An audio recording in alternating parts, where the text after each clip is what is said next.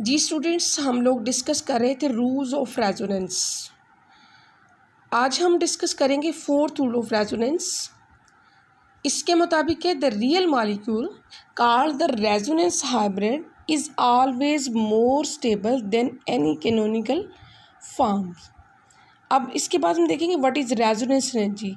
Resonance energy को हम इस तरह से डिफाइन करते हैं, the difference in energy between the actual molecule and the energy of the contributing structures of lowest energy is known as resonance energy। अब यहाँ भी हम रेजोनेंस एनर्जी को कैलकुलेट भी करेंगे।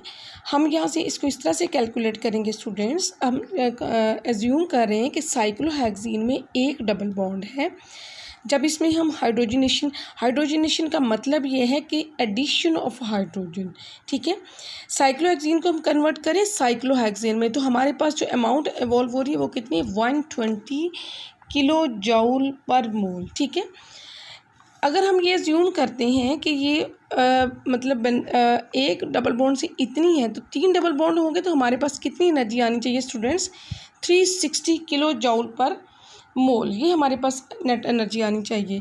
यानी अगर हम बेंजीन में एज्यूम कर लें कि तमाम लोकलाइज्ड बॉन्ड है तो हमारे पास ये एनर्जी आनी चाहिए। बट जब बेंजीन की हाइड्रोजनेशन करते हैं हम, तो हमारे पास जो हीट ऑफ हाइड्रोजनेशन आती है स्टूडेंट्स वो आती है -208 किलो जूल पर मोल, ठीक है।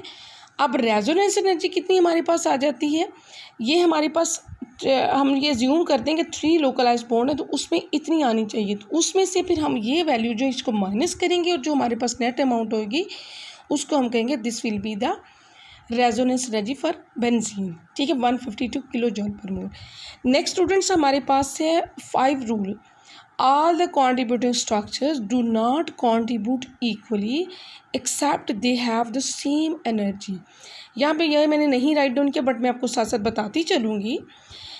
जो स्ट्रक्चर्स ज़्यादा कंट्रीब्यूट करते हैं उनको हम कहते हैं मेजर कंट्रीब्यूट, जो कम करते हैं उनको हम कहते हैं माइनर, जो बिल्कुल ही कम करते हैं उनको हम कहते हैं नेग्लिजिबल कंट्रीब्यूटर्स, ठीक है। लेकिन इसमें बीच में एक वर्ड ये भी आएगा सिग्निफिकेंट कंट्रीब्यूटर्स, तो वो जैसी एग्जांपल आएगी फिर मैं उसमें आपको बताऊंगी, ठीक है। तो सबसे पहले हमारे पास है, अब हम डिस्कस करेंगे कि इसी रूल को अब हम डिस्कस करेंगे डिफरेंट एग्जांपल्स के साथ। Relative contribution of various canonical forms, सबसे पहला नंबर हमारे पास ये एग्जांपल मैंने आपके सामने शेयर कर दी है, लेकिन इसके बारे में मैं ये बताऊँगी। The contributing structures which have major number of covalent bonds with have more number of covalent bonds will be called as major contributors।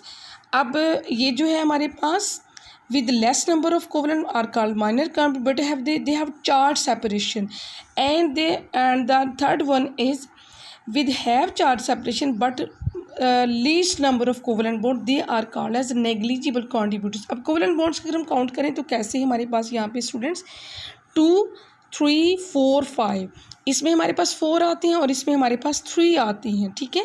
अभी अगर हम चार्ज सेपरेशन की बात करें तो ये कैसे हमारे पास है, देखिए ये डबल बॉन्ड हम यहाँ पे शिफ्ट कर रहे हैं और ये बॉन्ड हम यहाँ पे शिफ्ट कर रहे हैं, तो हमारे पास यहाँ पॉजिटिव और यहाँ पे हमारे पास नेगेटिव आ गया, ठीक है। और अगर हम बात करते हैं यहाँ पे इसकी, तो इसमें हमारे पास पॉजिटिव और नेगेटिव और पॉजिटिव और नेगेटिव, तो ये हमारे पास नेग्लिजिबल कंट्रीब्यूटर बन गया है, ठीक है स्टूडेंट्स। इसके बाद हमारे पास आ जाता है नंबर सेकंड, हमारे पास है कि यहाँ पे जो मैंने एग्जांपल की, the structures with equal number of covalent bond but have charge separation are called as significant contributor. यानी वो स्ट्रक्चर्स जिसमें क्या होगा, आपके पास चार्ज सेपरेशन तो है but number of covalent bonds are the same that which have major contributor, then they are called as significant contributor. तो इसको हम कहेंगे सिग्निफिकेंट कंट्रीब्यूटर। यानी structure with charge separation and less number of covalent bonds are minor or negligible contributor when structures which separate charges have the same number of covalent bonds as those with no charge separation, then they are called significant contributor। तो इसमें एक example, दूसरी example मैं आपको बना के दिखाती हूँ जिसमें हमारे पास है एनिलीन का स्ट्रक्चर्स। इसमें एक्चुअली अपने इलेक्ट्रॉन डेंसिटी को मूव आउट करना था, इसलिए मैंने आपको खुद बना के दिखा रही हूँ। ये हमारे पास मेजर कॉन्ट्रीब्यूटर्स हो जाएंगे 2 की एग्जांपल, ठीक है। इसमें बॉन्ड्स की ओरिएंटेशन डिफरेंट हो जाएगी। यहाँ पे ये देखिएगा जैसे अब यहाँ पे बॉन्ड था, मैं अब यहाँ पे बना देती हूँ ये चीज़, ठीक है। अब जब इसमें चार्ज सेपरेशन होगी स्टूडेंट्स, तो ये कैसे होगा हमारे पास, ये यहाँ पे बॉन्ड शिफ्ट हो रहा है और ये बॉन्ड यहाँ पे शिफ्ट हो रहा है। अब ये देखिएगा हमारे पास नंबर ऑफ़ कोवेलेंट बॉन्ड जो होंगे वो सेम होंगे स्टूडेंट्स।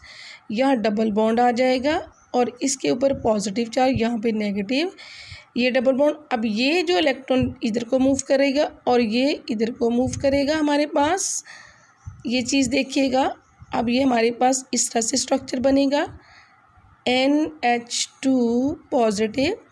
अब नेगेटिव चार्ज यहाँ पे आ जाएगा, देन ये नेगेटिव चार्ज इधर को, और ये बेसिकली ये इलेक्ट्रॉन डेंसिटी को हम मूव करते हुए दिखा रहे हैं students, this one and this one. यहाँ पे हमारे पास पॉजिटिव चार्ज ही रहेगा।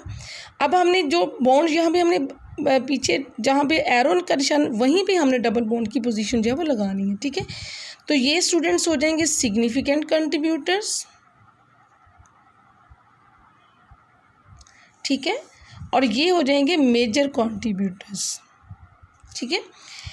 नेक्स्ट हमारे पास है structures with same charges on the adjacent atoms are highly unstable hence are negligible contributors. तो उनको हम क्या कहेंगे, नेग्लिजिबल कंट्रीब्यूटर्स। जैसे यहाँ पे हमारे पास ये मेजर कंट्रीब्यूटर है।